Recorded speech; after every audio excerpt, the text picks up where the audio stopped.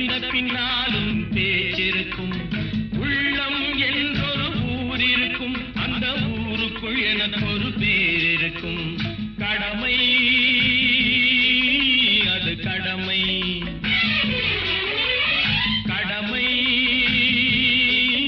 அது கடமை. அந்த மூன்றெழுத்தில் என் மூச்சிருக்கும், அது முடிந்த பின்னாலும் பேச்சிருக்கும்.